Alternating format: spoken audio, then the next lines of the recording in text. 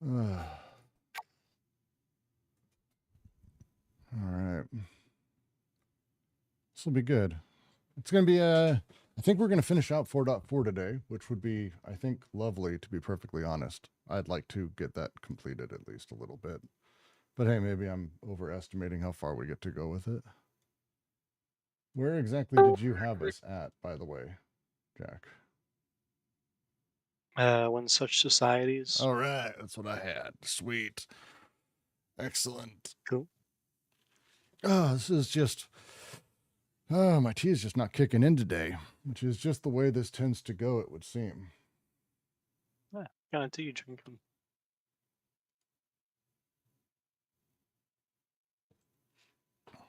Just Earl Grey. Nothing exciting. Don't let Earl hear you say that, man. Yeah, yeah, yeah. I'm gonna Took him refill our along tea for a here. ball, and you're like, yeah, he wasn't that great.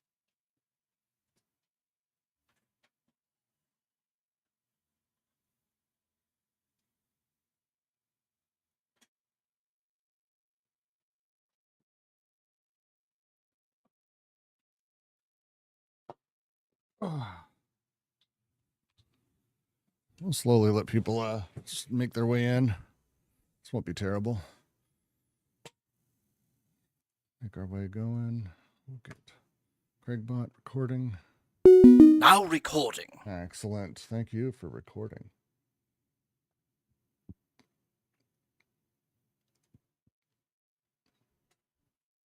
All right. Let's see. I think we probably should just plow into it because we're kind of nearing the end of 4.4 and making our way back to territorial representation. As we discussed over the last few weeks, these two sections, these interstitial sections, because we open with talking through the socius of the earth and its operants, and they start getting into their arguments about how, the ethnological view of everyone being Oedipalized is incorrect and why, and then they start moving into, from there, diving into Oedipus, and then diving into psychoanalysis and ethnology, obviously. That's the name of the section. And their play is basically getting us to sort of break apart our sort of more representational view as we look back on older cultures and trying to sort of disintegrate that and bring it back to a more Marxian style universal history where we're talking about material conditions as they were rather than our sort of idealized representational sort of view of things, of behaviors, of why things happened, why people did stuff, basically talking about why intentions exist is a big focus of this. So the last little bit here has really been focusing on how the nature of desire operates inside of the social elements, how the social element shifts over time, and you will see this come back over and over and over again because it's really their core critique of not just Oedipus, even though it is about Oedipus, but it's really representation in general. And that's the paralogism of the repressed, the representation. What's the specific term for it? God damn it, every time I fuck this up. Jack? The specific term for The paralogism I'm going over right now. God damn it. the fourth one. Yeah, the Displacement. displacement. Thank you. Where they start really getting into, and they've spent a lot of time now talking through how Oedipus operates, where it's not just as simple as saying, the thing is denied, therefore you want it, which is a very child's like view of looking at how incentives work. Because the question would be, well, what is it that people want when that happens? You're denied a thing. Well, that thing that we've denied has created an image, has created a sort of way you view the elements within it. And not only is desire trapped by that image that's created, but the image itself is sort of a corrupted version of the things that are really happening inside of it. And this has been, as they talk about sort of the limits of the socius, and they talk about Oedipus, and they talk about how these things operate, this is really one of the things they're driving at, and we're about to hit really, really heavily. The limits as a thing. How do you want to sort of kick that off before we move into this next paragraph, Jack? Any way you'd want to sort of take a crack?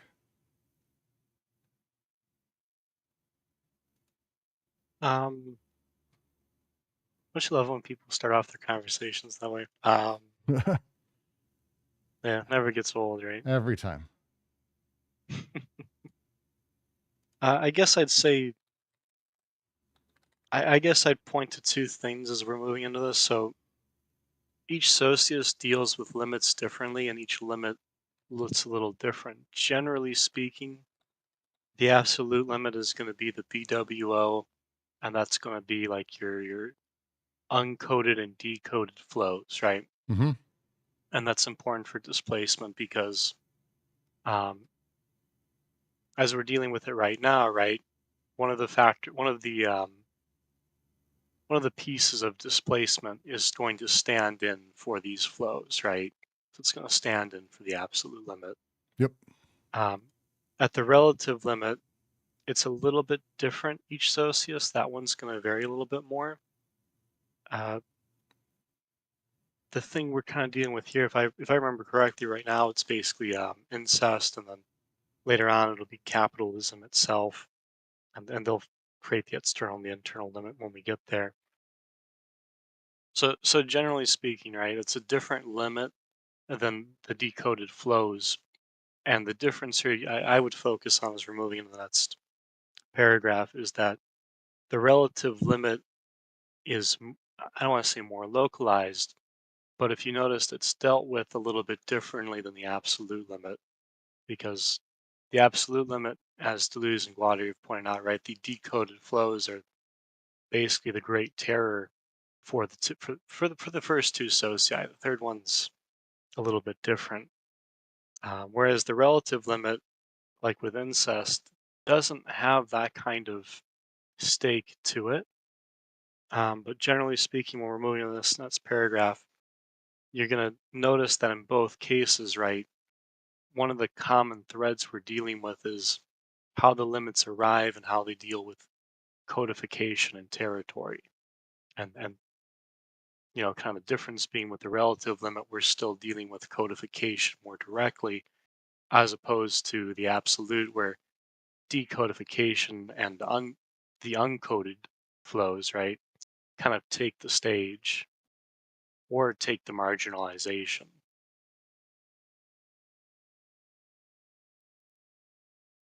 Yeah, I can get with that.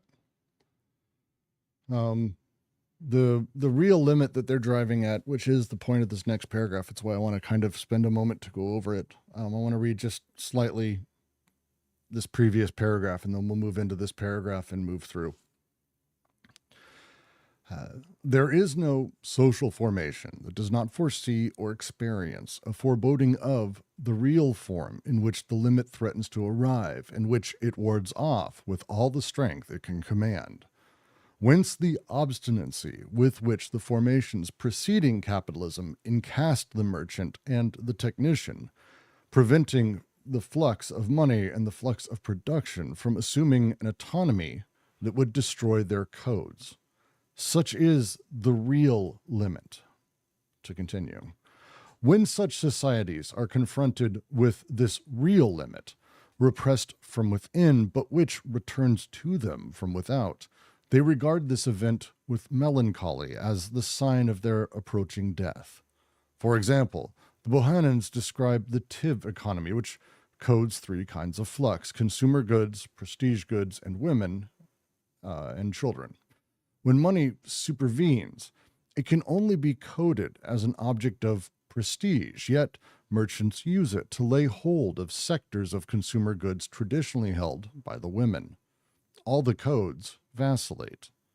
Doubtless, to begin with money and to finish with money is an operation that cannot be expressed in terms of a code.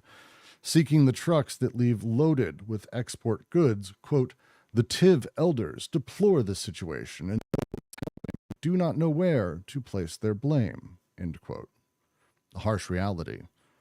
But fourthly, this limit inhibited from the interior, was already projected onto a primordial beginning, a mythical matrix as the imaginary limit.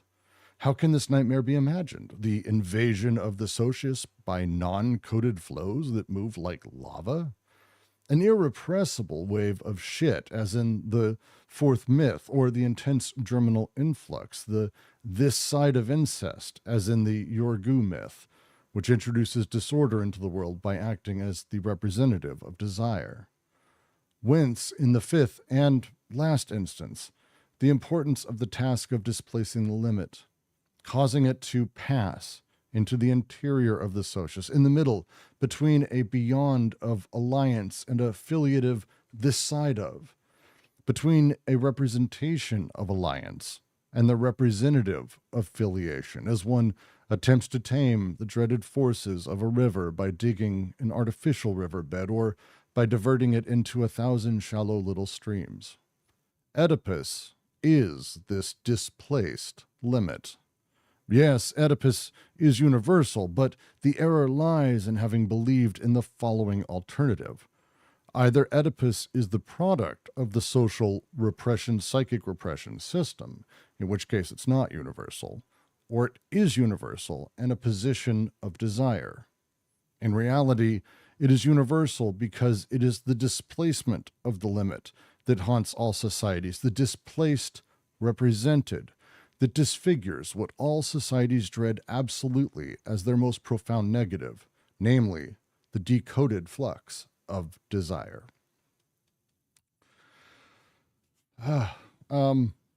The example that they give here and they open with, when they say, such societies are confronted with this real limit, repressed from within, returns to them from without, they regard this with melancholy signs of approaching death. The example they give is the Tiv economy. A Tiv is a native group that was deeply colonized. You can almost picture literally what happens. Here, the outsiders come and just pick any fucking group that there is. Hey, look, we're here. We've got a bunch of money. Why don't we buy money? And we buy your things. We buy your things with money. Money isn't really something that can be coded, though. Money is just money. So they kind of put it in this place of being this vaunted prestige good. Oh, look, I have a lot of money. But the thing is, you end and begin with money. This is Marx through here, commodity currency at both sides. And you end up with this really interesting thing where they make bowls, they make vases, they make whatever the people make inside of the tribe, and money comes in and the goods go out. And there's this weird thing happening where they know that the stuff that used to be, the codes that used to be, the way that their society functioned is going away, but they don't know where to lay the blame. The money came in. They have something in exchange, at least in theory. They have something they can buy with, but where is their fury to be directed? It's sadly just where they're stuck inside of this is this sort of imperialism that comes with it. But the limit that's being broken here, the limit that's being sort of shattered, as they talk about it, they say this limit inhibited from the interior was already projected onto a primordial beginning, a mythical matrix as this imaginary limit. This is why it's this feeling, the Tiv elders deploring but not knowing where to blame. It's this based in myth world. How can we have this? The invasion of the socius, their social world, by these non-coded flux that move like lava, destroying and then placing itself in spot. That sort of line. It's a really fantastic sort of way to think of it. This wave of shit, this intense germinal influx, this side of incest, that they have their side that introduces disorder into the world, acting as a representative. But in this last instance, this displacement of the limit, causing it to pass into the interior of the socius. Suddenly, the limit has been moved into the middle between a beyond of the alliance and affiliate of this side of. We'll get into kind of what that means. I think Holland describes it best. Between a representation of alliance and filiation, the two representations of these two, as one tries to tame this riverbed, the uncoded desires that are flowing out. Suddenly we have this displaced limit This is the thing that Oedipus is. This is the thing that Oedipus has. There is a displaced limit that is working. And this is where they say, actually, this is where you find it as a universal. This is not universal in the sense of, oh, it's part of the psychic repressions. No, no, no. The displaced limit, the universality of that haunts all societies, all social orders, is that desire would become entirely uncoded. That desire would have no directed purpose, that if such a thing happened, kind of anarchy, horses eating each other, cats living with dogs, all that sort of stuff. The end of the world, Armageddon. This is the drive that they're getting us to start to realize that all societies have this. This is where the universality of Oedipus actually sits, this displaced limit. That's my ramble through this paragraph. It's kind of a lot, and I'm up for going through each of the lines if you guys would like to or not, or if as someone like Jack, I'm sure you've got a couple things to say on this, but I'm open. So just sorry for the longer ramble. I just really like how he words some of the stuff in here.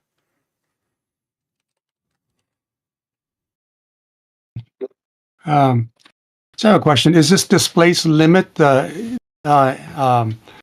is an example of a displaced limit that could happen other than by colonization? This is an example of a colonization that conditions this displacement limit, right?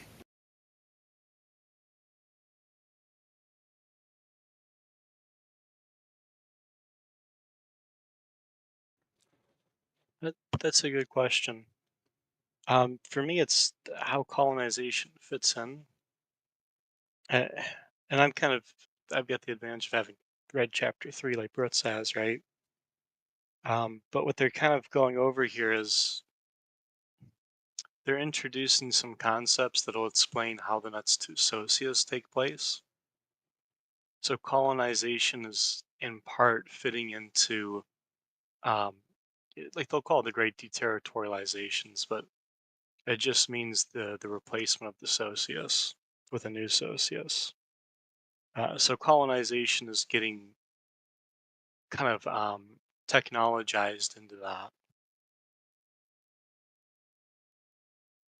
Yeah, the way Holland sort of talks about it, I just want to read a little bit because he's quoting a little bit earlier, but it's still the same thing where he's talking about a little bit earlier in the translation, whereas Oedipus is the limit, but the displaced limit that now passes to the interior of the socius. This line he's talking about is when we start talking about the decoded flows. It's as a line, the decoded flows are not incest. The desire decoded isn't incest. Instead, desire is life itself. The primary function of the savage or the territorial representation is to code the uncoded flows of life, to institute through rituals of cruelty and exchange and set up this system of alliances and filiations in order to prevent the direct and anti-social appropriation of life. We used the example early on of the incest prohibition's the easy one, but you're talking about hunters not being able to just simply kill and then eat their kill and come back to camp. Their job is to bring it back. Someone else's job is to cook it, but they don't just cook and eat it. Their job, the way desire life, the flux of life itself is coded, is to be pro-social, is to become part of that social setup. And we need to prevent the direct interaction of life with the world because it would be anti-social appropriation of it. Far from playing a determining role in this system of repression, the Oedipus, as we're talking about it, only appears as an afterimage, an internalized limit. As such, it begins what we can see retrospectively as a long yet halting migration to replace life and become the very representative of desire, which it finally does under capitalism. But first, we must examine the entirely different relations of anti-production, a system of inscription characteristic to despotism, to understand how it contributes. And this is where we're starting to move into how this displaced internal limit works, this this pushing of desire into, oh, we can't have it doing these things. We've got to be very careful about desire. We've got to code it. Oh no, desire is becoming decoded and turned into sort of this weird cache thing. How do we get there? How does this happen? And what ultimately is happening when it happens? And this is the line that they have in here. Sorry, apologies. It's this limit inhibited from the interior was already projected onto this primordial beginning, a mythical matrix as the imaginary limit. How can this nightmare be imagined? The invasion of the socius by non-coded flux that move like lava. This is the question they believe psychoanalysis is trying to answer by saying, oh, it's ultimately it's incest and Oedipus, and we've got to continue that because we can't just have people doing everything that they want. Dear God, be the end of everything. So Oedipus, as they're seeing it, is the sort of beginning of that social and personal sort of repression. But they're saying, no. Oedipus is this displaced limit. And it's specifically because it is this universal position of desire, this, as Holland calls it, and I like the phrasing of it. It's not that the flux is incest, it is life itself, the flux of life, of vitality, that is of desire itself. And this is the universal because it is the displacement of the limit that haunts all societies. This displaced represented that disfigures what all societies dread, the decoded flux of desire. If that makes sense. I'm hoping it makes sense. Yeah. So is displacement of the limit conditioned by Oedipus, and is that a form of capitalism, or is it a form of colonization, or is there a difference there? So Oedipus doesn't quite exist yet. Again, there's parts of it. There is this displaced limit that's showing up, and they start talking about it, and that's why we find this universal. But how we actually get to Oedipus, and there's a section later on called Oedipus at Last, which is very much about sort of the changes, because there's a lot of stuff that's happening in the territorial. Again, these two sections are almost like, hey, they start with, in the beginning of this, hey, here's how the territorial world and socius works. Here's how the earth codes. Here's how we are coded by the earth in these societies. But wait a second, everyone now, and this is where they sort of pull out and they go, leave that there. Let's take a second. A lot of you people reading this, not necessarily us or maybe anyone today, really is going, well, of course, these societies were like that. They had to prohibit incest because Oedipus is universal. And this is where they start this new set of critiques that we're seeing in these two sections. And they're trying to bring us back around to going, instead of coming at it with Oedipus and anything, look back and go, oh, well, this is why they did that. They did it because of Oedipus. They did that because of blank. It's similar to people see elephants behaving a certain way around their dead, and they go, look, elephants mourn their dead. And it's like, because they're standing there, like we placing intention and our understanding of the categorization of an event in a time and place and with people who do not share that with us is a deeply human thing we do. And this is their argument, basically, is we see these universals.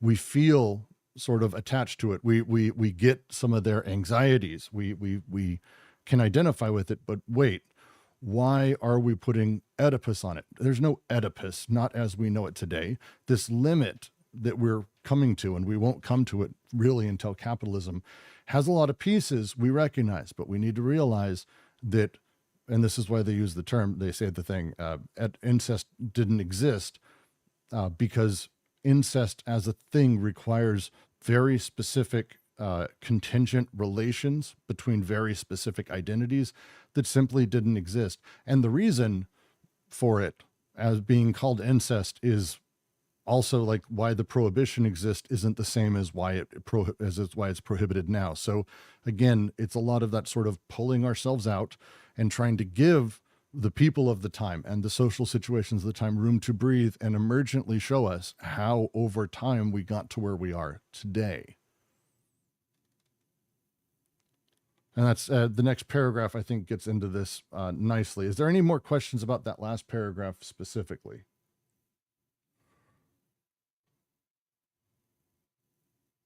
A couple of spots I wanted to focus on, if it's okay. Please. Okay. So first, going kind of playing off that question from you, JK.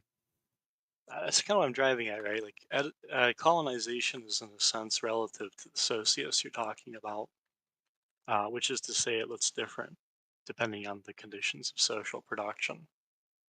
Colonization is they're kind of focusing on it right now, and this is kind of where we're at in this section.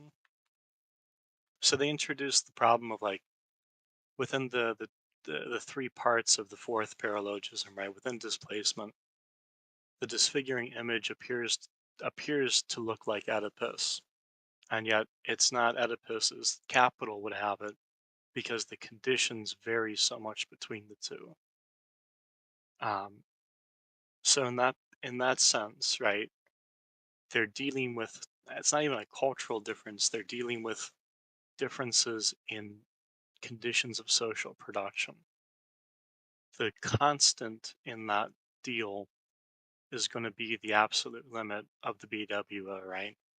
In both cases, the two socii are trying to, um, we'll say, marginalize it, right? So with that,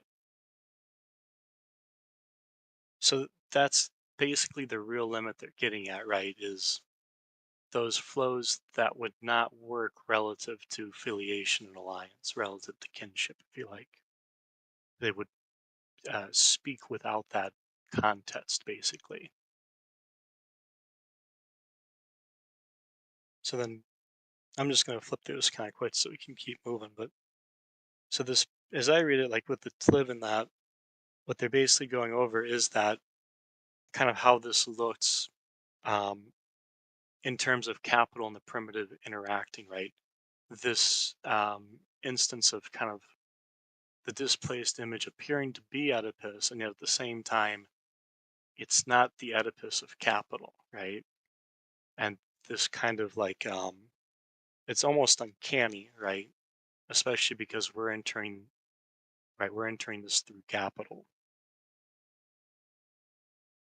Skipping over that. So the fifth, Winston, the fifth and last instance, the importance of the task of displacing limit, causing it to pass into the interior of the socius in the middle, between a beyond of alliance and affiliate of this side of, between a representation of alliance and the representative of filiation. So remember, alliance does the repressing, and filiation is represented with the germinal influx, I believe it was.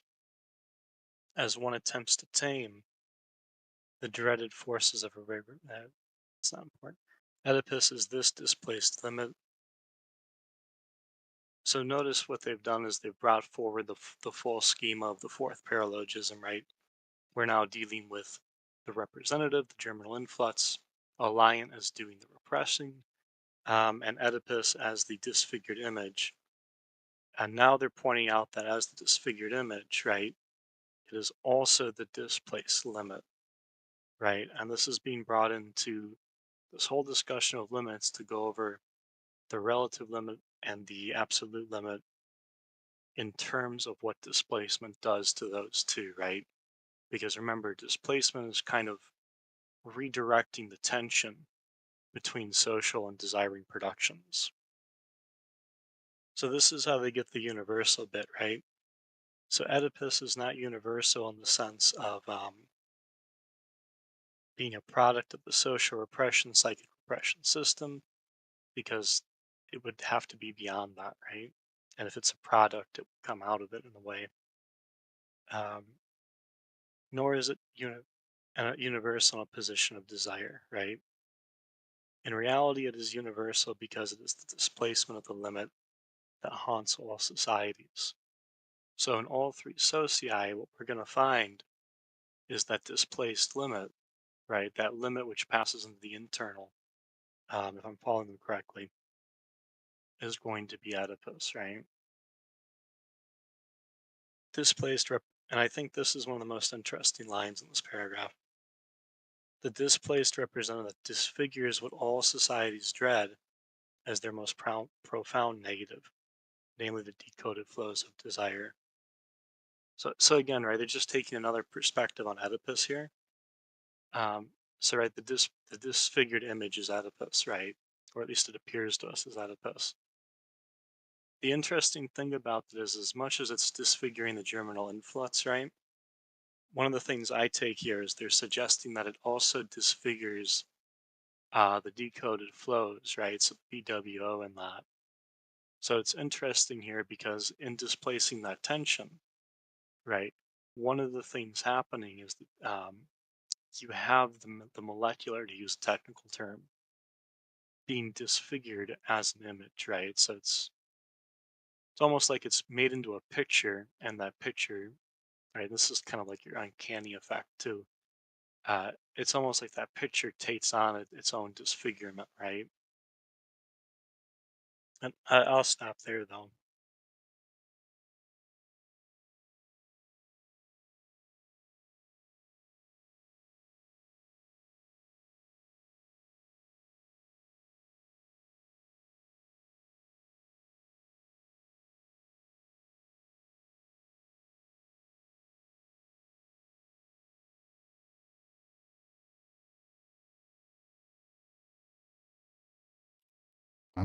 I always leave it open awkwardly, hoping someone is gonna dive in with another question or comment, because I know someone always does.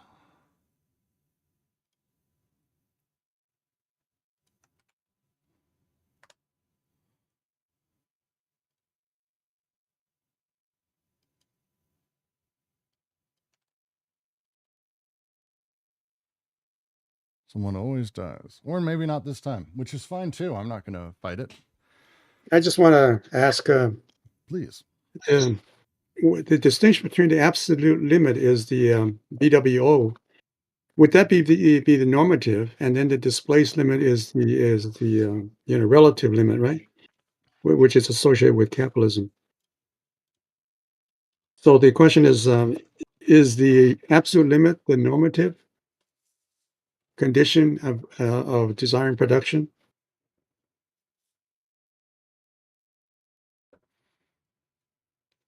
It kind of depends how you want to slice normative there.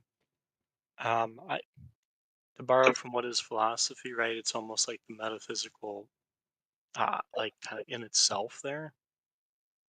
But I would just say it's like desiring production, um, just really kind of generally speaking. Whereas the Okay. relative limit, like I said, I think right now it's incest, whereas in capital it's going to be yeah, it's going to be capital.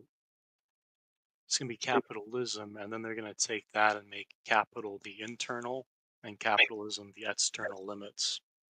So this is kind of the challenge as we're going through this is you've got to see those two limits and then look at how there's an internal and external, right? So an external for what enters and an internal for what kind of what's not going to pass outward in a sense.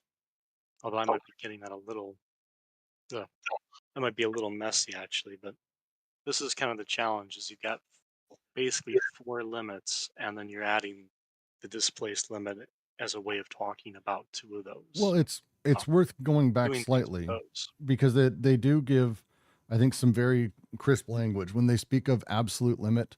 They're speaking of the times where the schizoflux passes through the wall, scrambles the codes, and deterritorializes the socius. This is the BWO because the BWO is the deterritorialized socius. This is where the decoded flux of desire runs free. The end of the world, the apocalypse. This absolute limit is through which all meaning and everything socially breaks down. Like the absolute limit is absolute to nothing but itself. It is the edge of things, edge of meaning, edge of all of it. Relative limit, a little bit different. Relative limit is more or less to say the social formation, specifically capitalist in this case, the way that we're just sort of describing it, because the capitalist social formation engineers, it machines the flows, mobilizes the flux that are decoded, but it does so by creating, instead of the codes, an axiomatic that is more oppressive. This relative limit that is capitalism, this absolute limit that is sort of the edge of meaning, this breakdown of things, you can think of as sort of anything that requires sort of a level of contingency or existence in the world, versus the absolute limit, which is just sort of the very conception of meaning itself and how it works socially at all, like that there is any. There's an absolute and relative limit in that way as he's describing it. Where we're coming through and we're getting through this is the shift of desire being hard-coded inside of the earth. When I say like hard-coded, like in line with it. Again, the hunter hunts, cooks, but no one's got roles in that way. It's not like fuzzy stuff. You've just got your desire. What you want to do is in line with the material conditions of the earth around you, or you die. Just boom, there you go. And that thing that's happening there doesn't really touch the relative or absolute limits in the same way. This setup instead is sort of this internal limit. It's an internal sort of setup that when capital hits, and they describe it in this thing we talked about, the TIV economy, where capital's hitting it, they're seeing and sort of experiencing this relative limit, which is the capitalist social formation, and they're seeing it break down all the codes they know and replacing it with these sort of understandings, like contract law, for example. And we agree. Why? Because we said so. Well, that's not really in line with the earth. Yeah, well, we don't care about the earth anymore. We've decoded the flux and we've instead replaced it with these axiomatics. This change that's happening is how the limit is moved, and how it's moved is through the steps they're sort of outlining.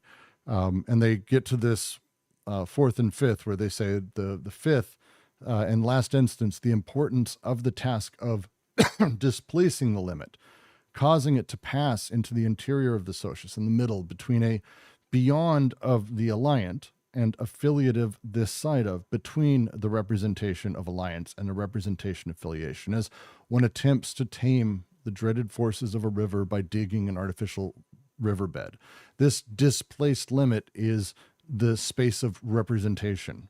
This is where the universality of Oedipus comes in, because representation allows this limit to be displaced. It allows that very, very close way that the earth socius and desire, like right in line, it allows this limit to be pushed. It allows this displaced limit of desire to be put in a different spot. And over time, this changes. It shifts drastically as we go forward. That's how I understand it.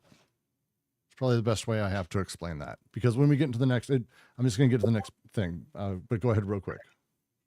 So the internal limit is, as you're saying, is consistent with Earth and so forth. And that is like the norm, right?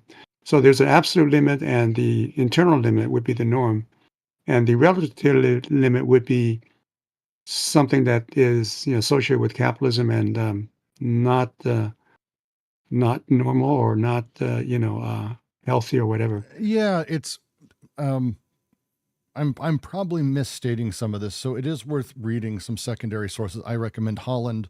Buchanan, I think, has a nice piece on this that goes into it quite a bit. There's a handful but when we're talking about how the limit of things are experienced by the people, when we're talking about the relative limit, the internal limit, and the absolute limit, they're using these terms explicitly, so we start thinking about how meaning is produced, how social worlds are produced, how the social space manipulates, controls desire, how desire is formed and coded or decoded or axiomatized and repressed, through any of these larger scale social systems. It's really what they want us to start thinking about, because it's the limits of desire. If desire breaks through and makes its way out, the schizoflux, as they call it, it kind of disintegrates within no social connections at all. That's pretty useless. That is, as they talk about it, it's the apocalypse. They refer to it as many times, because if we get to that point where all of us were there, there's just no connecting with anything. It's obliterated. So capitalism gives us this relative limit. It's always relative. It's relative to the absolute. It's always playing towards it and pushing and shoving and making its way, but it's how it decodes desire. But coded desire, this sort of odd way that we move from, you wouldn't even say really limit in the earth socius, because really that doesn't exist in the same way. The language is a little bit different.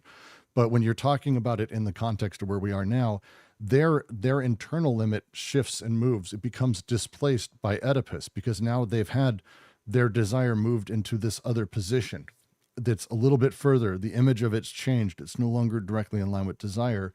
And we're going to see, as we make our way through the rest of the territorial socius and then into the despotic and then into capital, how desire and that shift that Oedipus is making, or the way representation works, and as Oedipus gets built, slowly we see this displacement happen until desire's displaced wholly into the relative limit of capital and capitalism, when it's basically displaced as far as it can go. As far as I can say. I don't know if it can go further. I shouldn't say that. I don't know what the fuck else.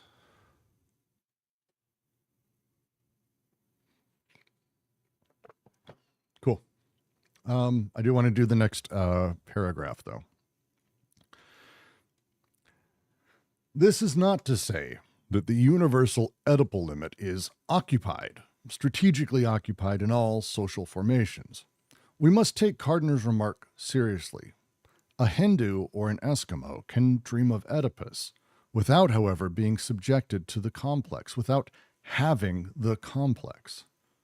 For Oedipus to be occupied, a certain number of conditions are indispensable. The field of social production and reproduction must become independent of familial reproduction, that is, independent of the territorial machine that declines alliances and filiations. The detachable fragments of the chain must be converted, by virtue of this independence, into a transcendent detached object that crushes their polyvocal character.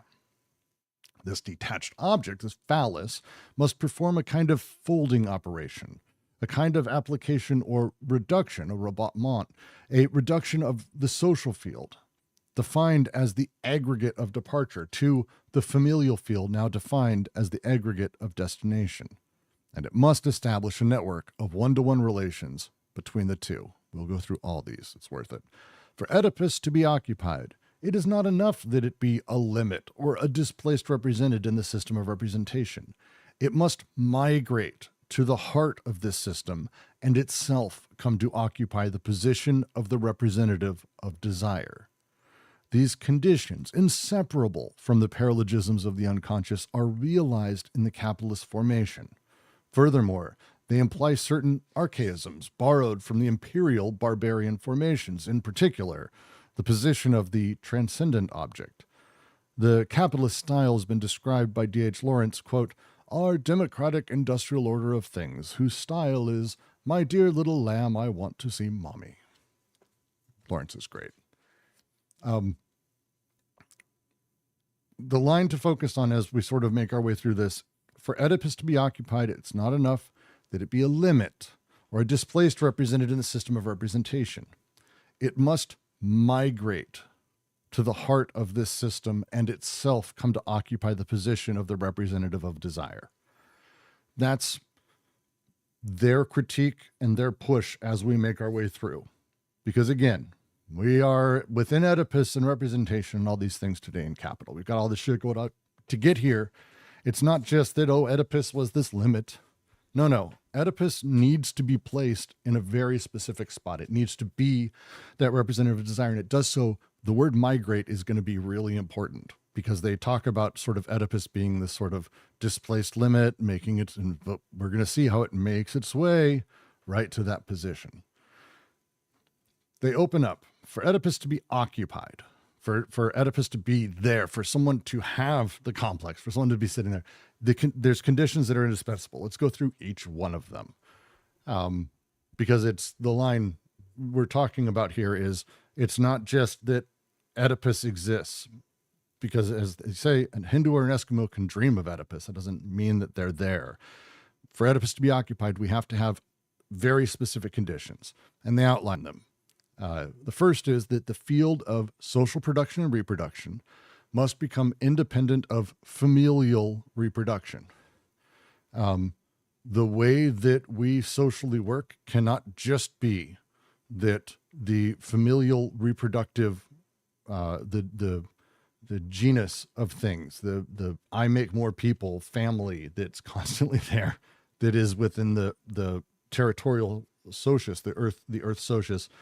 It can't be that this is the place of social production and reproduction. It needs to be fully independent of that. It needs to be moved into a different spot inside of the family, inside of, and we've talked about this, we will talk about it more, how this sort of movement happens. But inside of the family, how your relations are socially created is, well, you're born to that. You are born the second son, the third daughter. Your position in the family is determined by these things. Then this needs to be shifted. We need to move this to outside of the familial world. We need social reproduction and production outside of the family. That's the first. The second is the detachable fragments of the chain must be converted by virtue of this independence into a transcendent detached object that crushes their polyvocal character. Once we move meaning outside of family, we need to shift. We need to see the sort of fragments of meaning that are there under the weight of this singular element, this thing that we've now got was a phallus, this detached object that's removed from the family. This needs to crush meaning and simplify it, where inside of the earth socius, as we discussed, and as I think ethnologists and archaeologists and everyone in humanities studies has done, that people aren't dad, mom inside of these tribes. Instead, they're kind of a lot of things. They shift between stuff, and what they are at any point is polyvocal. They have many, many meanings. They have many, many, many meanings. But we need to get rid of that. Once the meaning is made socially and people are determined socially, we need to have that be the thing. This is part of what Oedipus sort of requires of stuff. So we need to find a way to crush this really fantastic multi-layered meaning into done. We need fuck you. Crush it in. And then we also need this kind of weird operation to be done where we have this sort of, they call it folding, which I love the phrasing of. Le pli is one of Deleuze, the folds, Deleuze's book on Leibniz, obviously a big deal to him, but the way he phrases it, a kind of an application or a rabattement, a reduction of the social field. And think of it as really like a reduction of a sauce. You boil off as much as you can until you have this concentrated bit, this aggregate of departure now to the familial field, which is now the destination. And it needs to become a one-to-one relational network. What he means is that everything, because we're crushing all of the meaning that used to be in the family, we're crushing it all into simplicity because it's being socially determined. We also need this hilarious operation where we shift everything to being a one-to-one relation with those simplified things. We shift it to everything is either mommy, daddy, me. Mommy, daddy, mommy, daddy. Which one's mommy? Which one's daddy? Which one's mommy? Which one's daddy? Crushing all of that and giving these one-to-one relations between the two. It is not enough that Oedipus be a limit. That's not the point.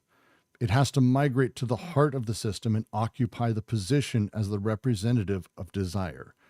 This is what drives capitalist social formations and social production, is this shift of Oedipus to being that center versus desire versus the codes versus earth, whatever, fuck it, doesn't matter. bring Oedipus in, have all of these things sort of brought to have all of these parts exist. And as Oedipus migrates, it gets basically like an anime, more and more powerful until it's at the center. And it does it. And it turns us into, as Lawrence said, our democratic industrial order of things, whose style is, my dear little lamb, I want to see mommy.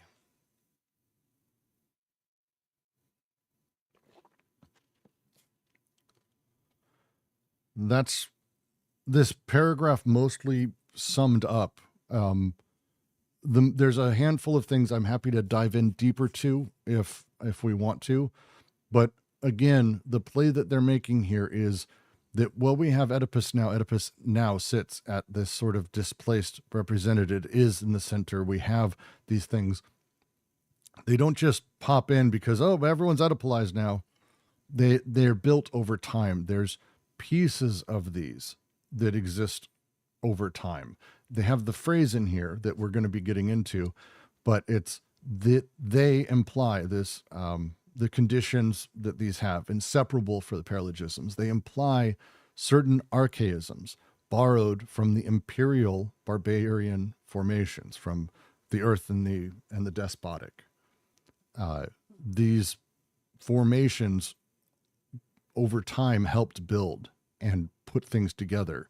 And we're going to be getting into what those are, how they got built, how they came to be, and how really emergently we arrived at this crazy place where we've basically destroyed emergence.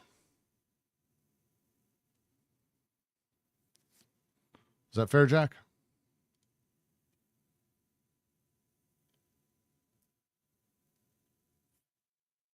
That's a lot of words, man. I know. Trying to explain it. It's a lot. But it again, it's setting a lot of the sort of baseline for what's coming in the next couple sections. So yeah. Is one of the points that Oedipus has to, come from the outside rather than from within? Sort of. I get where you're getting that from, because we're talking like two socii interacting, right? So yes and no. When we get to the despotic, they're actually going to talk about how the great deterritorialization comes from without. So you're on the right trail, actually. Yeah, I'd say parts of it absolutely have to come from without, but not. It ends up being this really interesting thing of like, if you realize like all these parts have to sort of exist for this Oedipus to finally move to the center, to be empowered, to have these, as they say, these conditions that are indispensable. It's not so much that Oedipus has to come from without. Oedipus is always sort of sitting there, parts of it at least. Even in the Earth Socius, it's always at the edge and slowly making its way in. The thing that really they want to drive at is that maybe there was this, it only takes one who, and they'll explain sort of how we get there, who internally through these archaisms being carried through has the sort of elements that suddenly does give birth to Oedipus. And at that point, Oedipus can come from without because it's been created and it's able to start making its migration elsewhere and be sort of empowered. It's a fascinating sort of emergent building scheme that they've put together. Go ahead, Jack. I know I think you have a different answer than me, but there you go. I'd expand the point. So like the thing coming from without, at some level, right? One of the things we're talking about is like the great deterritorialization, so that's socios, right? And we're going to get two of those, right? We're going to get the despotic and we're going to get capital. The emphasis here is how capital brings with it the necessary conditions for Oedipus to be occupied, like they're talking about here. So that's the important, one of the important things there is that the despotic will not pull it off. Not alone, right? It's capital that brings this, what they're talking about here, these conditions. It takes capital is what gives them. The despotic won't go this far. Well, and it also has to do with, as a commenter says, it has to do with the position Oedipus has, because again, we're talking about it's kind of a lot in here. We're talking about in capital, um, the the position it takes is that center. It is that repressive representative of desire, as they're talking about, the occupying that. But within the other sort of socii, it holds a different position. Under the despot, it's the repressed representative, which, again, if we go back a little bit, they talk through sort of how it sort of uh, uh, builds on these other ones and how these things interact. So it's a slightly different interaction in terms of how desire deals with Oedipus, where Oedipus inserts itself in the production of desire and the production of social meaning. So it's a fair point. So I think that movement that's happening, again, is it's one of the things that's a defining characteristic of the handful of socii, but it is one of those things that it handles itself in a different position. It's probably a fair way to put it. Yeah, because it's just, in a sense, what we're talking about is how Oedipus changes over all three of these, right?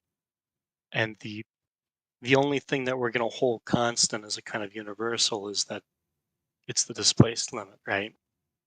So generally speaking, like, I don't want to draw too much from what's coming, but generally, as I think about it, right, like Oedipus is going to take on all three roles of the fourth paralogism. Now, I'm not going to focus anymore on that because I'm reaching outside the paragraph, but if you dwell on these conditions, right, what they're kind of saying is social production and reproduction must become independent of familial reproduction. So what that's going to kind of look like is, so it's really easy to draw. I'm going to use capital as the example here very quickly, so it's not too much of a reach outside. But what'll happen, right, is social production and familial reproduction are going to move apart from each other, but an equivalency is kind of established, right?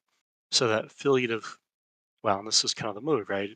Filiative capital is capital, right? So in this sense, um, it's not that it's moving outside the human per se, but it's that the familial and the social are going to take on a kind of separation, but an equivalency that is really unique, right? Because they're going to remain different and yet they're going to become equatable. So like this is kind of like saying there's two stand-ins and what's common is they're interchangeable. So this is like how mommy can apply to anything, right? It's kind of a different spin on that without, hopefully without oversimplifying it.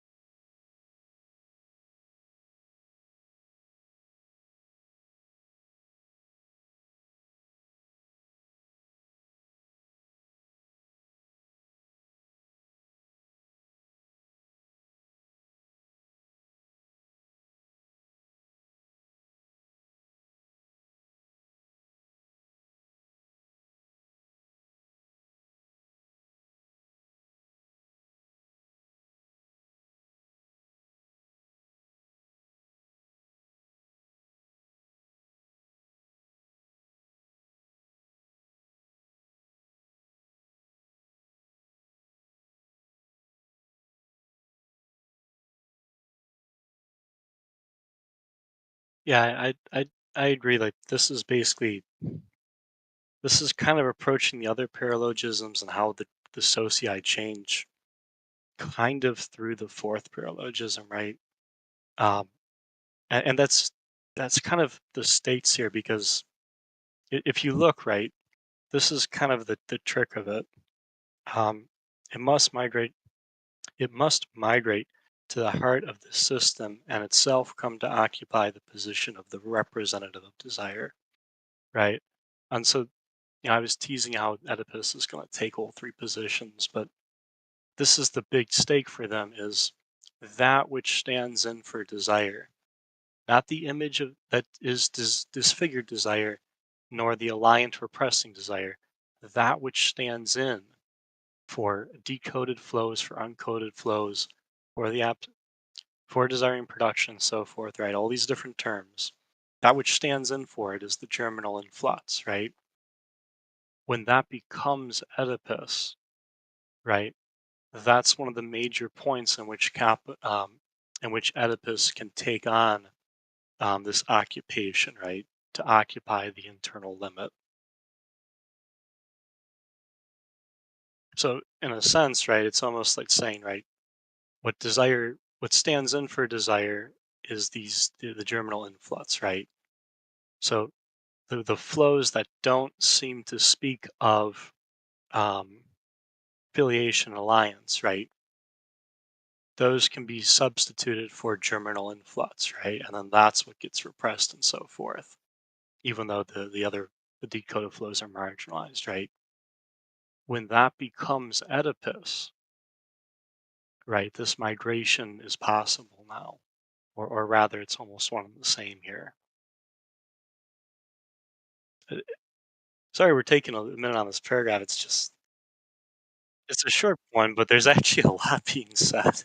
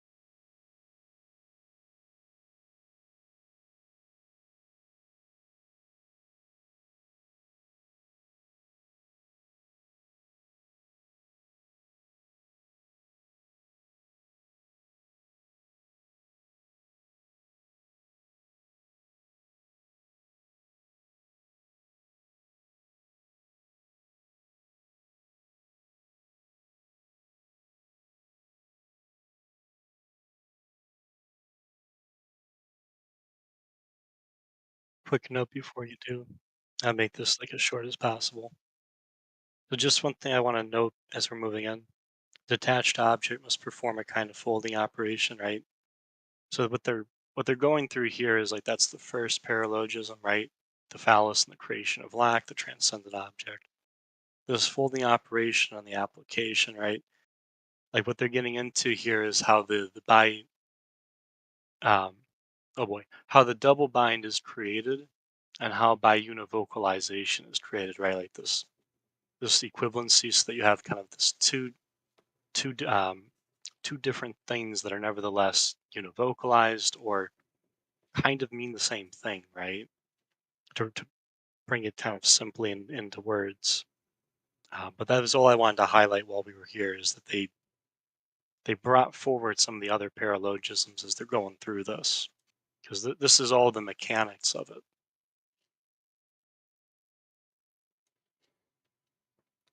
Well, let's continue.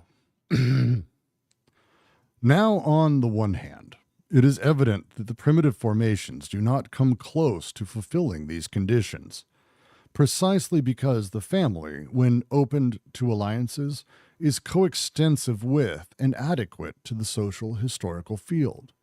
because it animates social reproduction itself, because it mobilizes or causes passage of the detachable fragments without ever converting them into a detached object. No reduction, whatever, no application is possible that would answer to the formula 3 + 1, the four corners of the field folded into three like a tablecloth, plus the transcendent term that performs the operation. Quote, speaking, dancing, exchanging, and allowing to flow, and even urinating in the midst of the community of men, end quote, as Perrin himself puts it, to express the fluidity of the flows and the primitive codes. At the heart of primitive production, one always finds oneself at 4 + in the system of ancestors and affines. Far from being able to claim that here there is no end to Oedipus, one sees that it never manages to begin. One is always brought to a halt well before 3 + 1, and if there is a primitive Oedipus, it is a neg Oedipus in the sense of neg entropy. Oedipus is indeed a limit, or a displaced represented, but precisely in such a way that each member of the group is always on the side of or beyond without ever occupying the position. Gardner has understood this very well in the formula we cited. It is colonization that causes Oedipus to exist, but an Oedipus that is taken for what it is, a pure oppression, inasmuch as it assumes that these savages are deprived of the control over their own social production, that they are ripe for being reduced to the only thing they have left, the familial reproduction imposed on them being no less Oedipalized by force than it is alcoholic or sickly. It's a really nice paragraph. This one's a very clear one. I hope it's a clear one. It should be mostly a clear one. It should be mostly a nice clear one, generally speaking. As we're talking about Oedipus, and as we have been talking about Oedipus, the big deal here is to realize that, again, what we know as Oedipus, the position it occupies, how it moves through this prohibition of incest, whatever, if there is a primitive Oedipus, it can't exist as we know it in these times precisely because, as they say in the opening, the family, when open to alliances, it is coextensive with and adequate to the social historical field. This is a really fucking great line. The way the family integrates with the social inside of the territorial, inside of the earth socius, is so directly in line and connected to that everyone is able to sort of take a place socially, maintain their sort of family, but it's a lot less of we're a family integrating here. No, they're coextensive with. Every person is coextensive with the social field. They're playing their role. They're doing their thing. They're moving where the earth needs them to, or the territory requires of them. They're doing the thing, and they're adequate to it. There's nothing missing. There's no part that has to be sort of reduced or stamped down, because they're able to move it's almost polyvocally to whatever identity they necessarily need based on the conditions of the ground, almost quite literally. So as they're making their way out, they don't need this. This doesn't work for the fulfillment of the conditions of Oedipus. This doesn't allow that, because ultimately this alliance setup, this animates social reproduction itself, because it mobilizes the family, mobilizes or causes passage of these detachable fragments without converting them into this detached object. There's a million detached sort of pieces that are sort of everywhere, but they don't have to be reduced. They don't ever get turned into, okay, well, you're a mom. It's not really how it works. They don't set themselves up like that. They have the formula here, 3 + 1. This is the tablecloth, the fold in which everything is reduced to the family. Take the just massive tapestry of whatever the fuck is going on in your world. I guarantee you I could find a way very quickly to fold it nicely into the four corners where it's mommy, daddy, you, and also the fourth, of course, that did the operation. I can do that, but they don't need that. Instead, they exist sort of at this 4 + n. They've got no real mommy, daddy, me. Instead, it's sort of fiends and and parents and uncles and aunts. It's this massive collection of things that is going to allow, well, so they don't have this detached thing floating about. So Oedipus, and that's strike two. And so ultimately we hit this really interesting thing where when we talk about it, they just don't have the machinery to allow Oedipus to sort of integrate itself. Now it's waiting.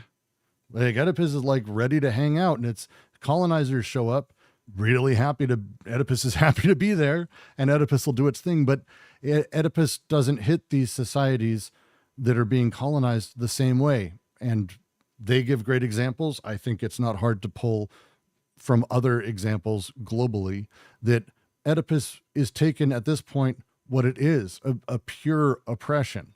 And you can hear stories of, families or social groups or whatever it is who are just generally speaking confused because this oppression they're feeling, wait, I have a family. This is my family, but those are like my cousins. What about cousins, I guess? What about aunts? No, they're not family. They're sort of extended. Okay. What the fuck? But I do this. No, you don't do that anymore. Here's what you do. Here's how this works. All you have left, because we've colonized, we've taken your resources, we've reformed your land, we've even moved you about, so you're not even where your ancestral lands are. All they have left is family, and then we tell them what they can do with it. And that setup that works gives them Oedipus, but it's experienced directly as oppression rather than really how uncolonized people experience it. There's some really great secondary literature I've got posted somewhere in the DGQC about this, about how the colonizer experiences Oedipus in a very unique way versus that. It's pretty solid. Yeah. Someone in the chat, the indigenous of the U.S. I mean, if you want, it's the example I think I've given every time we've read this book, and I'm going to do it again. I think it's in literally, this will be the third recording of this.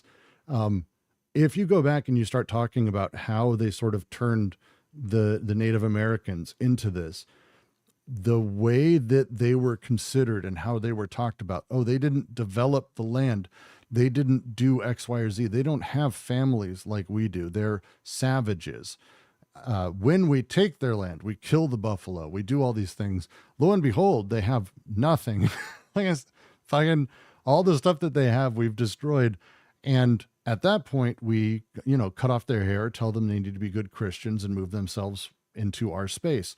And lo and behold, like, they don't just do this right away. It takes generations for this to sort of be accepted, but they experience this so directly as oppression, but it's a confusing oppression, a rage and anger inducing that's not really directed, because while the colonizer is the one doing it, the colonizer isn't the one that's breaking the codes of things. That's more something that happens socially, and it's not really any one person. It's what makes colonization really confusing when you start talking about who it's okay to kill and all of that. Because it's not like, hey, so here's Steve. Steve's going to Oedipalize you, and that's his job. That's not really how it works. It's all of these things and the machine of it that causes this. And it's this Oedipus taken as pure oppression, as it assumes these savages deprived of control over their own social production.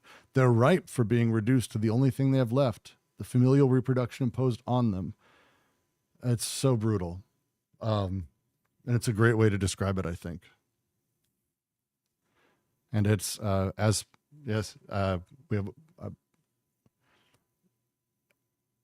to be civilized.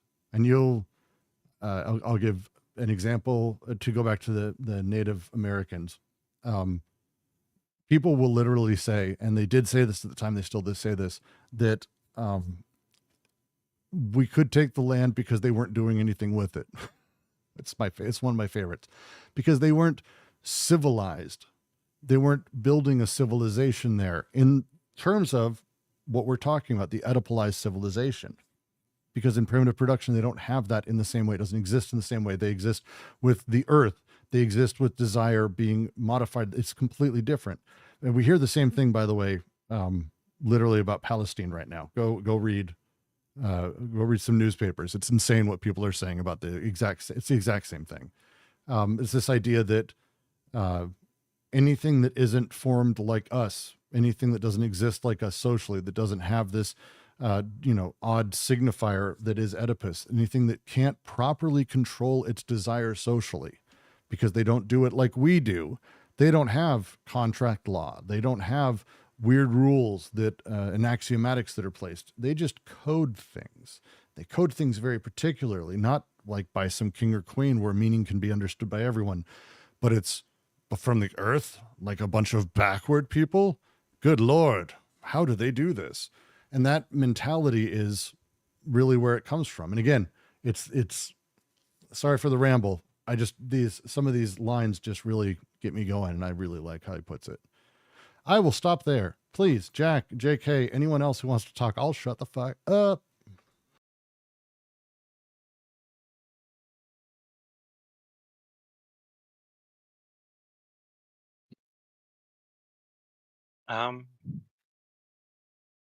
Yeah, I guess to expand on this.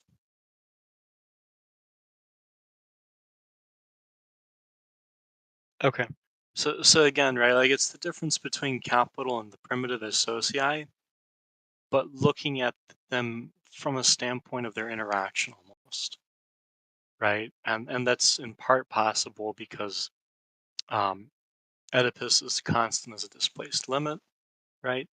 And because we're accessing this through desiring and social production, right? Through the through the criteria of universal history they laid out in 3.1, right? So as I'm reading this, this is kind of like a kind of interactive um, exploration.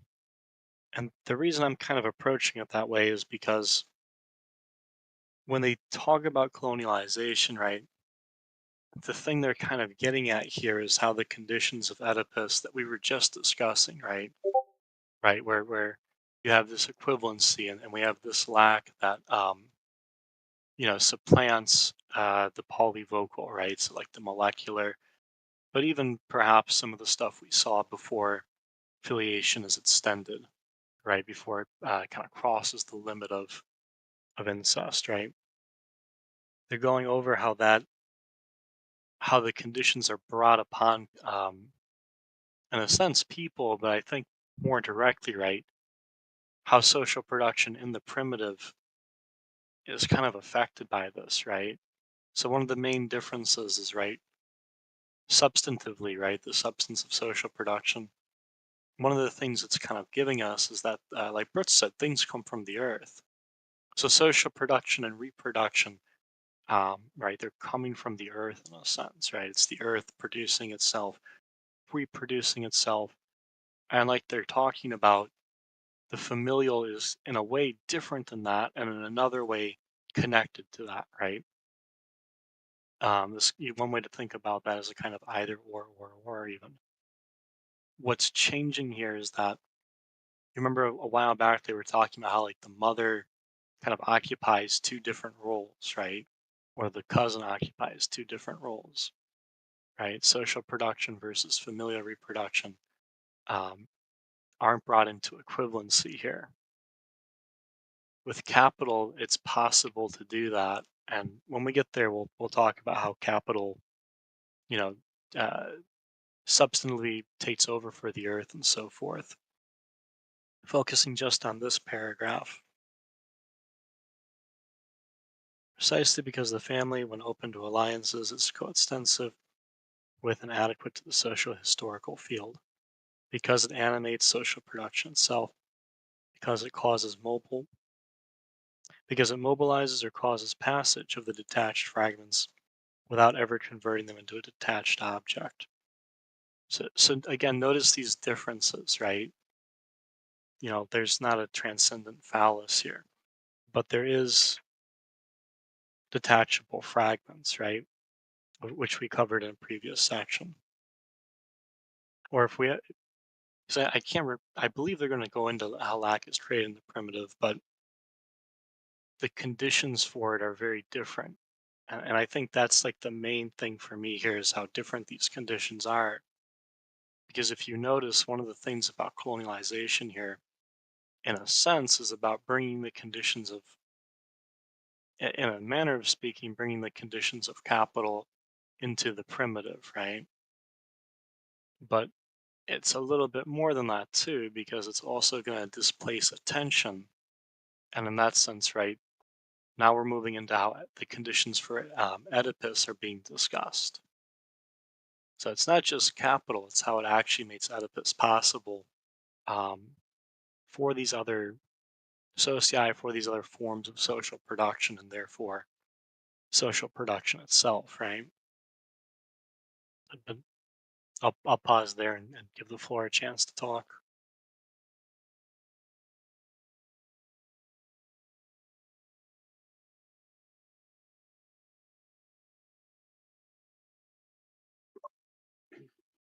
Um, can you explain a little bit more what 4 plus n means? Yeah, so let's talk about the folding of sort of the social space, right? Because it's the thing that they've been talking about, that Oedipus sort of pulls us back and makes us go, hey, everything is daddy, mommy, me. Everything's this movement towards that.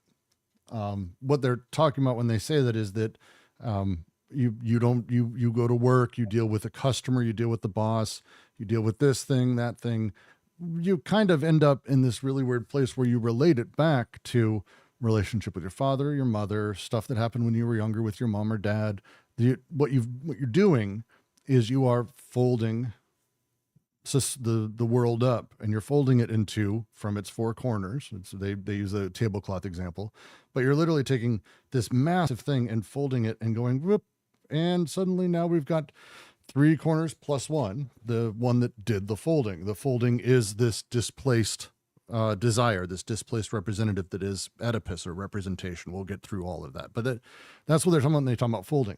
4 plus n is it's a clunky way to sort of say it, and they're, I think, maybe being over clever when they write it, but they're talking about the way desire works socially in that space. And when I say that space, I mean like the earth socius when we were talking about it, that it's not so much that you fold a thing into 3 plus 1, but instead that a thing is open onto the rest of the world. 4 plus n being kind of a shit ton of stuff, almost unlimited number of things, but a number of things. The way that the social world works then is that your meaning doesn't get reduced to 3 plus 1, but instead that it's 4 plus n. It is, your family, the alliances, your position in there, your social position, your aunts, your uncles, the chief, like whatever it is, 4 plus n. And that's what they're talking about with the complexity of sort of how desire sort of comes out. So the heart of primitive production, again, this is the production of meaning and connections and all of that. You find oneself at 4 plus n in the system of ancestors and affines. It's all the people before me and all the people around me and all of my alliances and also the earth, like all this stuff. And it's really, really sort of, it's extensive what it is. It's massive, and it's much different than folding to 3 plus 1. Does that make sense? Yeah, so is 4 just supposed to be more than 3, or are there 4 categories or something? Like, are there, Wait, that's actually a good question. Where is the 4 from, Jack?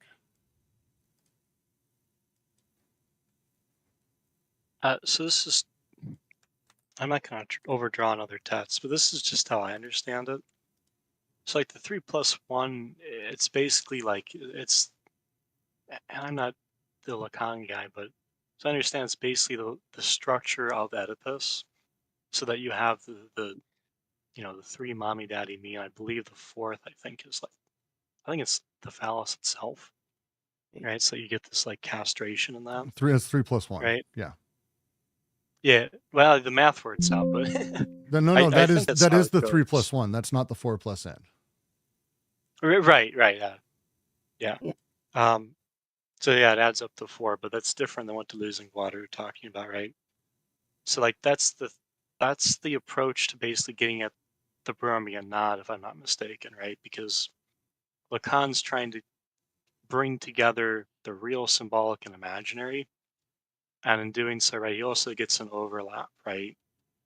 The difference with the 4 plus n, right? So if you notice the 3 plus 1 does terminate. The 4 plus n, one of the things to me is that it doesn't terminate. Right. So like an ATP in Guattari's work, he'll go on in like the fourfold plane of immanence. Oh, And I figured it out. Good. Okay. So it's actually much simpler, and I feel really stupid because I kind of think I knew this. So with 3 plus n, he's talking about folding a tablecloth, and literally think about it as that the tablecloth being fully open to everything, but when you fold, you take everything and you sort of close off where the points are, what it can connect to, and what it is. If it was open fully, it was a tablecloth that was open fully, it would have 4 corners. That's it. Okay. So it's Oedipus opens to he says, there is no Oedipal triangle. Oedipus is always open in an open social field. Oedipus opens to the 4 winds, to the 4 corners of the social field. Not 3 plus 1, but 4 plus n. So from a little bit earlier. Yeah.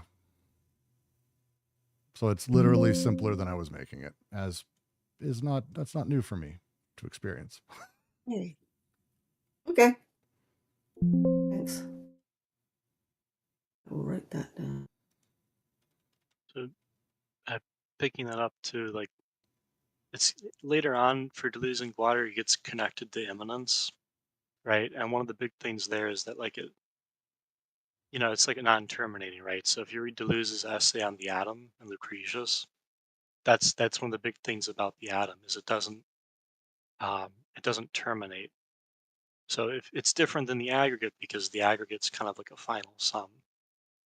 The kind of thing they're getting at here is sort of like they don't want to just make it a structure in itself, which is why they've got 4 instead of 3 in a manner of speaking. But they're tying 4 plus n to immanence as they've laid it out in this book. Whereas with the 3 plus 1, right, like one of the things you're going to get out of that is appeals to transcendence, right?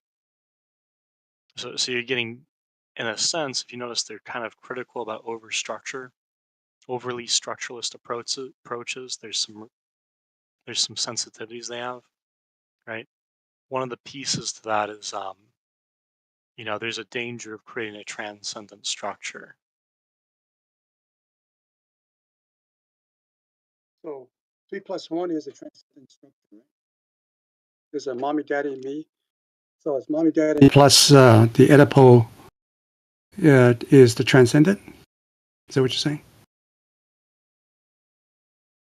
Sorry, your audio just blew my ears out. Your audio just blew my ears out real quick, JK. Can you say that one more time? It just triggered in there. You can go ahead and repeat it, JK. Right. So the 4 plus n would be the infinite relationships, right? That can be established with associates by alliance and affinities. Yeah. Whereas the 3 plus 1 is the triangulation of the relationship, right? It's polyvocal is what they're getting at. I think the 4 or the 3 is less, like the 3 is specific, but I think the 4 is more meant to sort of talk about the sort of unfolding of the tablecloth, like the way that social formations exist, where it's all 4 corners of the world, all 4 winds are able to enter and go in and out, and there's kind of connections happening, and that in is the everything on the outside, versus the 3 plus 1, where the folding happens. So you end up with only the 3 corners and everything gets triangulated between those 3 corners. But the plus 1 is the only thing that's outside of that, which is the phallus, the broken element, the transcendental element that's sort of removed.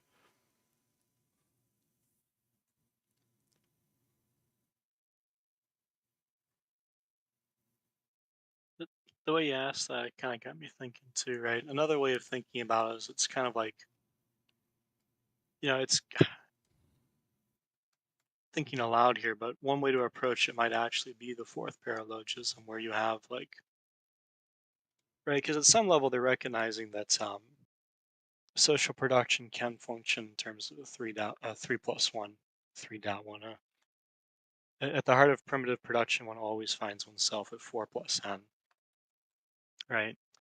So one way to understand that is like we can kind of appeal to the relative and the absolute, taken just in kind of like an immanent way. Whereas I think with the 3 plus 1, you can kind of see that more in line with the displaced limit, right? So the point I'm making is that, right, it's again with this kind of displacement or like a movement, right? We move from the 4 plus n to kind of the confines of 3 plus 1 here. And that's kind of this displacement, right? Yeah, I posted it in our chat. It's the line I like thinking of it is with 3 plus 1, we really can talk about the triangulation of things. Like you really can put it inside of it's some combination of me, mommy, me, daddy, daddy, mommy. That's it. And somewhere in there. The 4 corners, instead of thinking of it as 2 triangles, which is what happens when you fold it, instead think about it as sort of a tablecloth with almost unlimited corners, really, that can be constantly folded and unfolded and sort of brought in. The way that social meaning is developed within the earth is completely different, basically, than this 3 plus 1 that they're sort of talking about once Oedipalization does happen.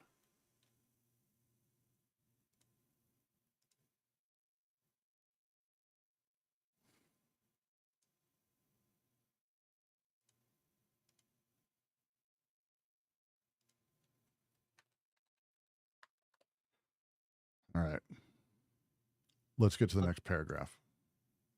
You Last thing I do wanted your to note. add- Do it. I know. I always got to know, man. That's why they call me notes. So like the neg entropy thing, I what I would just add really quickly here is, right, notice what Oedipus does here in terms of neg entropy. So like, one way to think about it is order. I would say it's Oedipus provides a kind of stabilization, right? And in that sense, I just mean it's by displacing the tension between desire and production and social production, right? It can kind of stabilize the concern about uncoded and decoded flows by making this move toward the disfigured image, right? So there's a kind of quelling in that tension here, not necessarily like an annihilation of it, right? But a displacement, a movement onto something else. I like that. All right. Thank you. To continue. On the other hand, when the requisite conditions are realized in capitalist society, it should not be thought on that account that Oedipus ceases to be what it is, the simple displaced represented that comes to usurp the place of the representative of desire, snaring the unconscious in the trap of its paralogisms, crushing the whole of desiring production, replacing it with a system of beliefs. Oedipus is never a cause. It depends on a previous social investment of a certain type, capable of falling back on, sur rebatture, family determinations. It will be objected that such a principle is perhaps valid for the adult, but surely not for the child. But in effect, Oedipus begins in the mind of the father, and the beginning is not absolute. It is only constituted starting from investments of the social historical field that are affected by the father. And if it passes over to the son, this is not by virtue of a familial heredity, but by virtue of a much more complex relationship that depends on the communication of the unconsciouses. With the result that even in the child, what is invested through the familial stimuli is still the social field and a whole system of breaks and extrafamilial flows. The fact that the father is first in relation to the child can only be understood analytically in terms of another primacy, that of social investments and counter-investments in relation to familial investments. This will be seen later at the level of an analysis of deliriums. But already, if it appears that Oedipus is an effect, this is because it forms an aggregate of destination, the family become microcosm, on which the capitalist production and reproduction fall back. Fall back. The organs and the agents of the latter no longer pass through a coding of flows of alliance and filiation, but through an axiomatic of decoded flows. Consequently, the capitalist formation of sovereignty will need an intimate colonial formation that corresponds to it, to which it will be applied, and without which it would have no hold on the productions of the unconscious.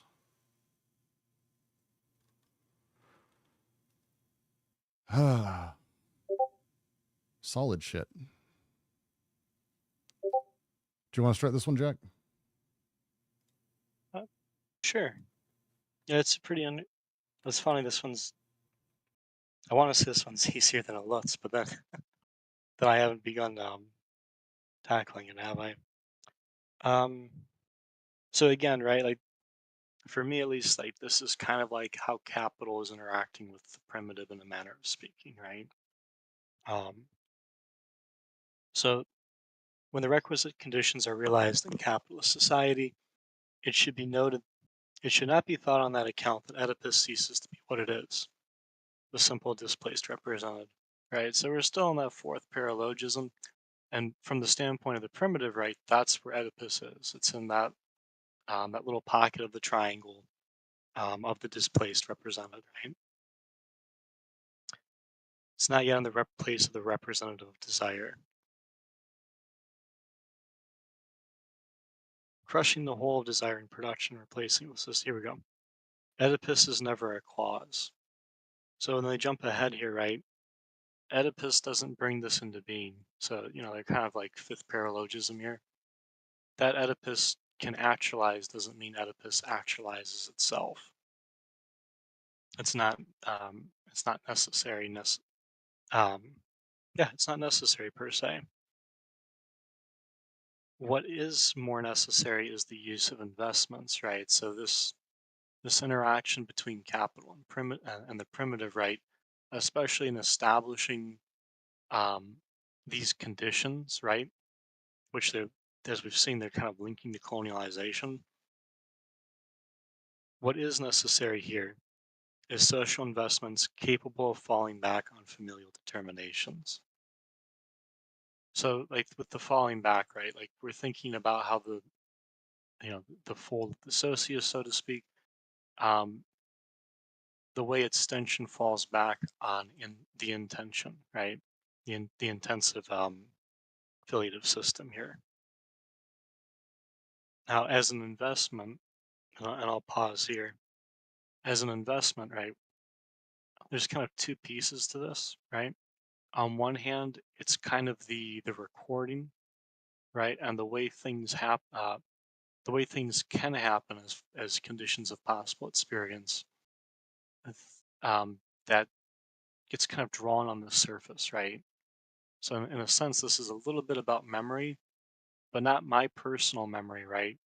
Memory as it's localized, spatialized, drawn, so to speak, on the socius and on the BWO, right? In that sense, we're looking at how the extensive is investing in the intensive and also in the BWO, right?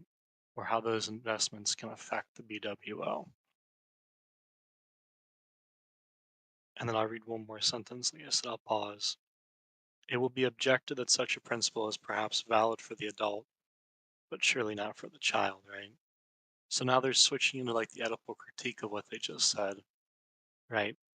And basically what they're saying is that kind of memory and all that, right? That has to be in kind of the adult and so forth. It wouldn't necessarily be on the child. Now, before we go further there, kind of open the floor. Is everybody with me so far?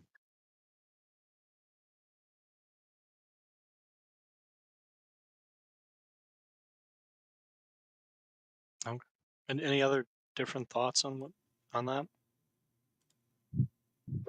Can you explicate that line that you just read about the adult and the child? Sure, shortly, Brooks, did you have something before we go on? No, it's I think I mean the one place we tend to find ourselves back and forth is I try to make it a little bit simpler. So I'm waiting for you to kind of finish before I kind of dive in, because I'm not sure where fully you're going quite yet. But go for it. Oh, all right. Yeah. So right, the states of this are the unconscious being snared in the paralogisms, right? So with this point about the child and that, right? This is kind of usually when you see the child, I read it as standing in for the desiring production for the unconscious, right? Or like in like kind of Lacan, it'd be kind of like the real in a sense, right? Which is the unconscious for DNG. So that where it's out, they're gonna. So what they're saying is with this point about Oedipus, right?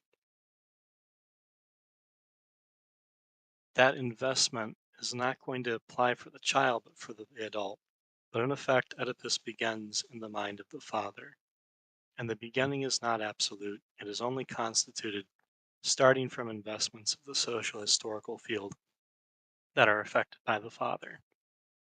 So I'm not as worried about the general people there. I think more for me, what they're getting at here is it's not a question of like um, origin per se, but what the lineage piece kind of exposes is that it is a question of investments through the through the three syntheses. Particularly for me, I'm focusing on how like recording is taking place here, right? Because one of the states of investments is largely going to be recording. So what what is done, right, and what can be done does get traced on the BWO, so to speak, does get traced on the socius. And in that sense, the investments are there, which is why they're the proper starting points rather than, like trying to go all the way back to your great granddaddy or something like that, as though it's kind of passed forward. And that's line, right? It's not passed to the son through familial hereditary, but through the communication of the unconscious cells, right? So different groups, insofar as they're molecular, right? One of the things the signifying chains and that gives us is how the unconscious communicates with itself, right? And it can do that um, through uncoded flows, and it can do that through coded flows and so forth, right? And again, we're thinking about like how those function for the sake of their meaning, right? And that's the states here, right? What the unconscious does, right? That is basically what's at stake, not the heredity of the father and the son. With the result that even in the child, go ahead. Yeah, so is that what they mean when they said the Oedipus is an effect? Is it a Oedipus is an effect of the capitalist, process of decoding? Or Already, is it right? go ahead. But already, if it appears that Oedipus is an effect, that is because it forms an aggregate of destination on which capitalist production and reproduction fall back. So, taking out that cause and effect language, right, or building it into what they're getting at here, the causal is the investments itself, right? And if Oedipus isn't the cause, if it looks like Oedipus is an effect of the cause, right? That is because Oedipus itself forms the aggregate of destination, where the family becomes a microcosm, right? On which capitalist production and reproduction fall back. So the displaced limit, right? As as capital falls back on production, as it as the socius appears to become the condition of production, right? Production appears to be Oedipal, and that's why it appears to be an effect. Because what Oedipus is actually giving us is an aggregate of destination. So in a sense, right, we take all the possible outcomes, so to speak, right? You know, um, point of departure, point of arrival kind of thing. And when we surmise them, right, when we get their aggregate, right, that's what the investment is going to push into.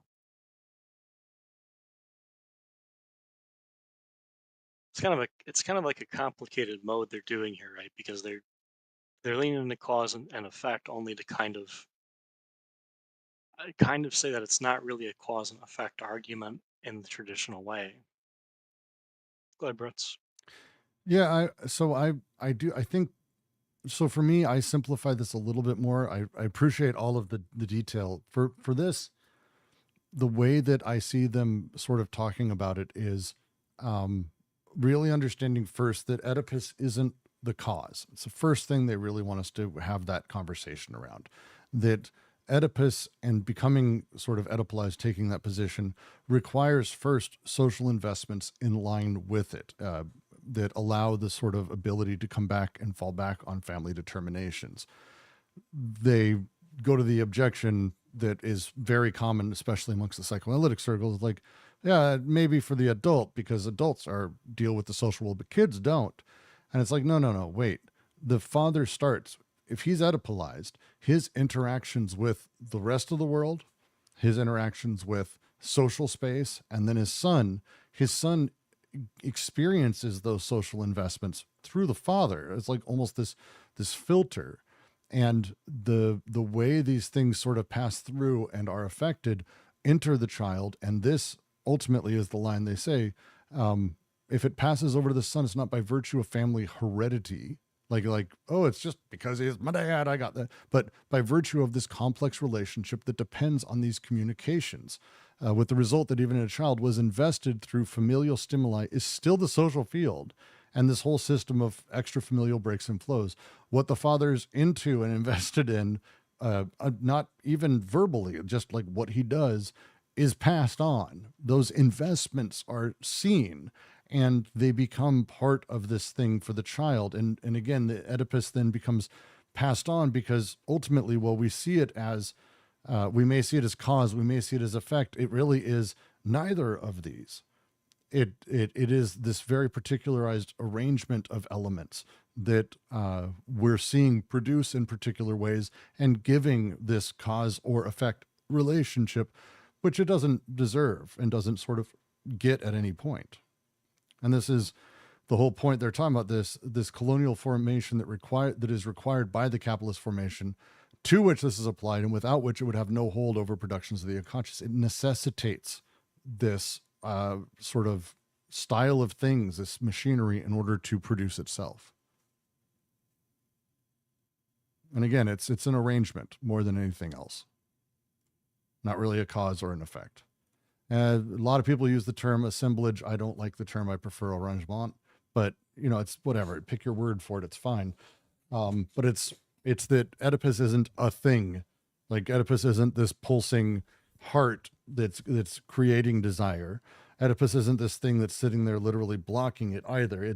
Instead, it's an arrangement of all these other pieces, parts, machinery, and elements that enables this sort of larger format. So that's how I would take this paragraph. Does that make sense, Jack?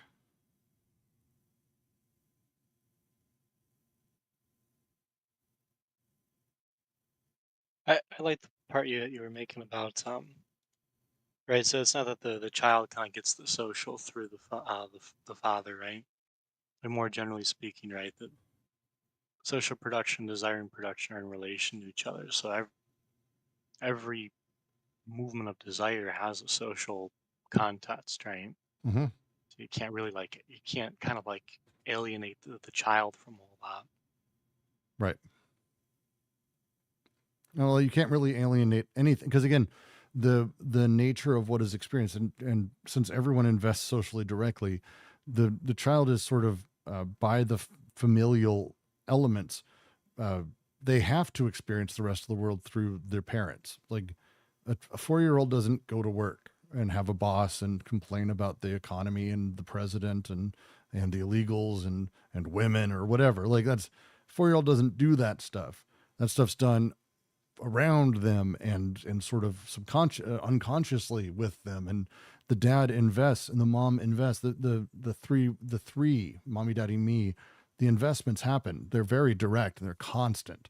And so it's not so much that Oedipus creates itself. It's also not that Oedipus is an effect, but instead it is this aggregate, this arrangement of elements and things that we're able to identify, but that we identify again because we almost can't help it in that 3+1 rather than giving it its proper placement. Oh God, we are not fucking close to the end of this. God damn it. So is it a Oedipus is a phallic structure that is organizes, has an organizing, regulating, function that is pretty much pass on to the child, right? And so It's it is a built. form It's of built in the patriarchy, child. It's built right? in the Built child. or assembled in the child, or something like that. Yeah, by the parent. I think it's more like the unconscious is always receiving investments, right? Because desiring production, social production are in an inclusive disjunction. So like if you want to see father-child that way, so to speak, right? Whatever happens in the social does affect desiring production and vice versa, right? So like with Oedipus, when the conditions when the conditions they're talking about hit social production, right? Then that's kind of the thing, right? The child or the unconscious is subject, it has a relationship to those conditions. It's investment because because desiring production, it interacts with Oedipus very differently because it's the absolute limit, right? So it's through investments. It's not through like it's not exactly the same kind of Oedipalization.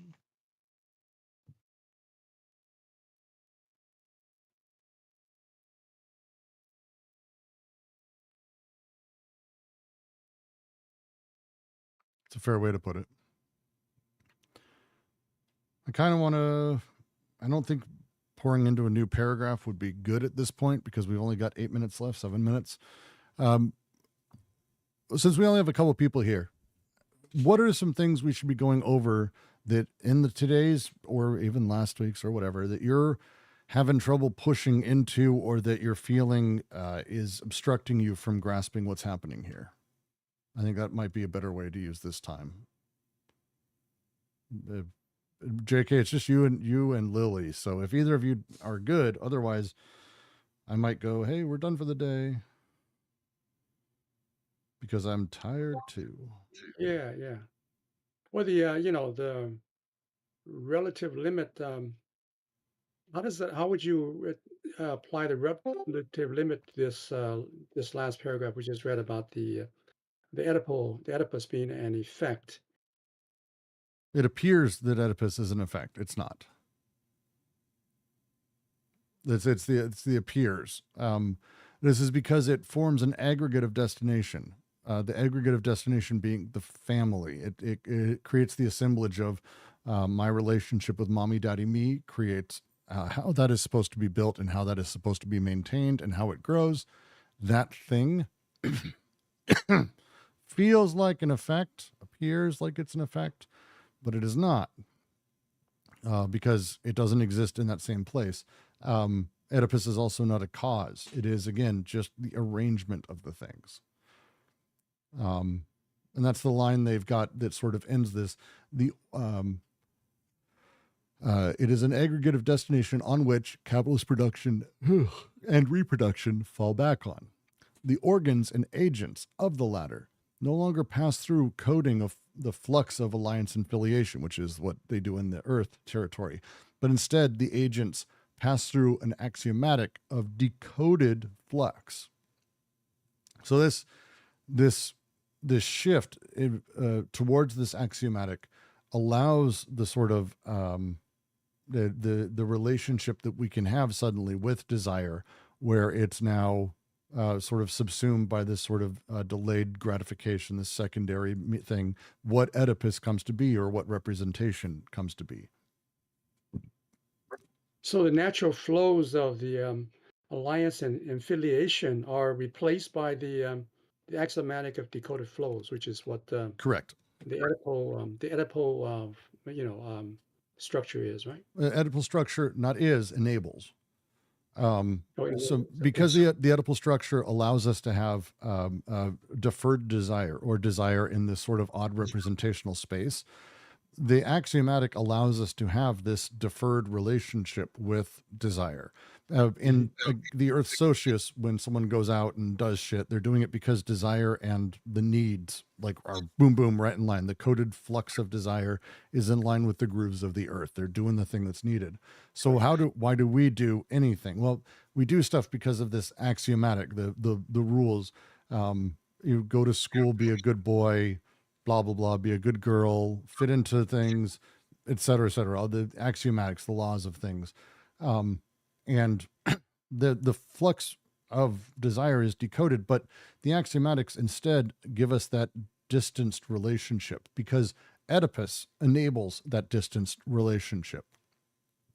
So would that be the misuse of the disjunctive synthesis, which is the paralogism, right? It is the fourth paralogism. Jack, if you want to jump in. Oh, the fourth one? Jack, you're Mr. Paralogism, if you want to jump in there. What's the question? It is. Just let me check it straight. Yeah, go for The it. question is the axiomatic of decoded flows. Is that the fourth paralogism of the misuse of the disjunctive synthesis, or? So no, so the paralogism of the disjunction is the second one, at least as I number them. But more generally speaking, right, it's going to be like colloquially the law of the father, or like the double bind, right? So like when they're talking about this falling back on production, right? That's where we're going to start seeing more of that, seeing more of how the exclusive use functions and how the exclusive use can be made into a transcendent function, right? With the axiomatic, like what you're dealing with is, so in the first, apologies to Lily for holding your head underwater for a minute. With the axiomatic, what you're seeing is like, now it's, so right now the first two socii don't want decoded flows, right? They want to keep those flows marginalized, and that's kind of what we're going over here, right? With capital, the axiomatic becomes a way for a way of decoding. There's a whole complicated explanation of that we'll save for then. But that's the big shift, is with capital, decoding becomes possible as much as coding and overcoding. Whereas with these two socii, decoding it's possible, but it's marginalized, right?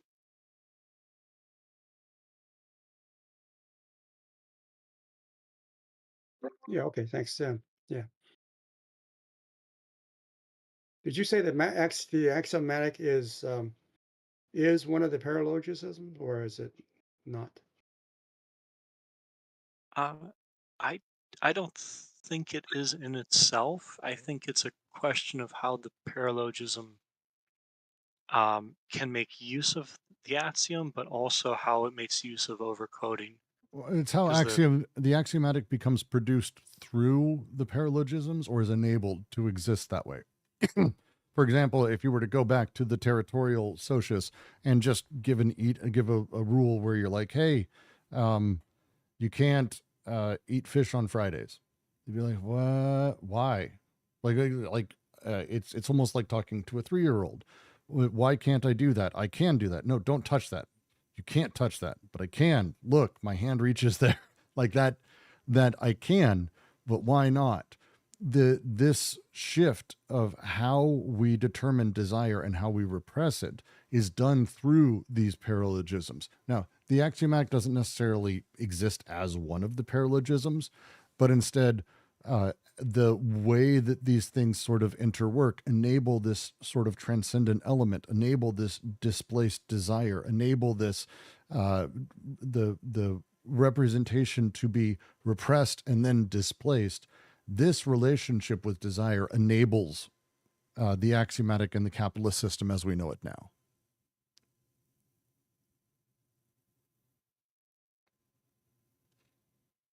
Right. Thank you. No, happy to. And with that, it's 2:00. Thank all of you for joining. We'll be back next week. Still more of 3.4. I called it 4.4 today. That's how tired I am. It's still more 3.4. We'll be making our way next week. That'll be solid. And I thank all of you very much for joining. It's a highlight of my week. We have What is Philosophy, I think, finishing up maybe this Thursday. We're getting close to it. And a bunch of other readings. Check out our server. Check out everything. We'll talk to all of you